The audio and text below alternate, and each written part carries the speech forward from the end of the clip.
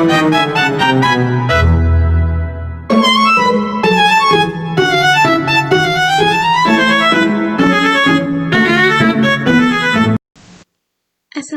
warahmatullahi wabarakatuh. Perkenalkan, nama saya Nabila Baruginting dengan NIM 2504236 sebagai mahasiswa Universitas Negeri Padang, Fakultas Ilmu Sosial Prodi Ilmu Administrasi Negara semester 2.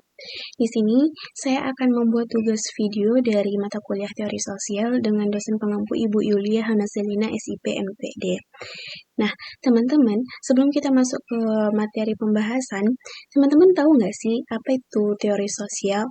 Nah, teori sosial adalah seperangkat konsep dan proporsi yang bertujuan menjelaskan pola, struktur, dan dinamika kehidupan sosial.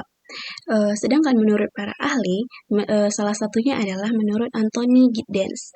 Teori sosial membantu kita untuk memahami bagaimana sih masyarakat itu terbentuk, berubah, dan mempertahankan keturunan sosial. Itu menurut Giddens pada tahun 1986.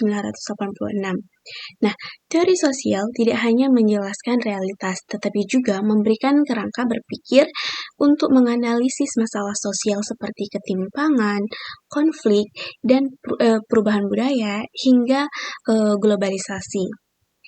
Nah, bagaimana sih peranan teori sosial dalam kehidupan masyarakat? Nah, teori sosial memiliki beberapa peranan penting. Yang pertama adalah sebagai alat analisis. Kenapa dibilang sebagai alat analisis? Karena teori sosial ini dapat membantu menjelaskan mengapa sih suatu fenomena sosial itu terjadi. Misalnya, ketimpangan ekonomi dapat dianalisis melalui teori konflik. Seterusnya adalah peranan teori sosial dalam kehidupan masyarakat. Yang kedua, sebagai landasan penelitian.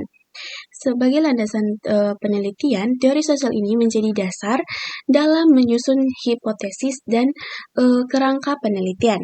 Kita masuk ke materi kedua, yaitu perkembangan teori sosial klasik. Teori sosial klasik ini berkembang pada abad ke-19 sampai awal abad ke-20. Prodi ini dipengaruhi oleh revolusi industri dan revolusi Perancis. Adapun ciri-ciri dari teori sosial klasik ini, yang pertama, fokus pada keteraturan dan perubahan sosial. Yang kedua, menganalisis dampak industrialisasi. Yang terakhir adalah berusaha menemukan hukum-hukum sosial. Siapa-siapa aja sih tokoh dari teori sosial klasik ini? Yang pertama adalah Auguste Comte. Comte dikenal sebagai bapak sosial. Ia memperkenalkan positivisme dan membagi perkembangan masyarakat ke dalam 3 tahap. Ada teologis, metafisik, dan positif. Yang kedua adalah Karl Marx.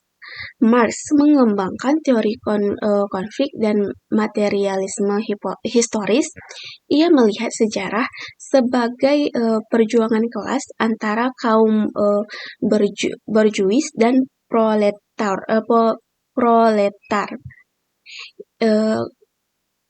Tokoh yang ketiga adalah Emile Durkheim. Durkheim menekankan pentingnya solidaritas sosial dan fakta sosial sebagai objek kajian sosiologi. Yang terakhir adalah Max Weber. Weber memperkenalkan konsep tindakan sosial dan rasionalisasi dalam masyarakat modern.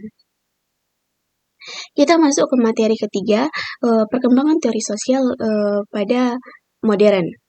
Teori sosial modern berkembang pada pertengahan abad ke-20, terutama pada setelah Perang Dunia Kedua. Ciri-cirinya yaitu lebih sistematis dan metodologis. Kedua, fokus pada struktur dan fungsi sosial. Yang ketiga, mengembangkan teori makro dan mikro. Siapa-siapa aja sih tokoh dalam teori sosial modern ini? Yang pertama adalah Talcott Persson. Mengembangkan teori struktural fungsionalisme, ia melihat masyarakat itu sebagai sistem yang terdiri dari bagian-bagian yang saling bergantungan. Yang kedua, Robert K. Martin, itu mengembangkan konsep fungsi manifestisme dan laten serta teori anomia.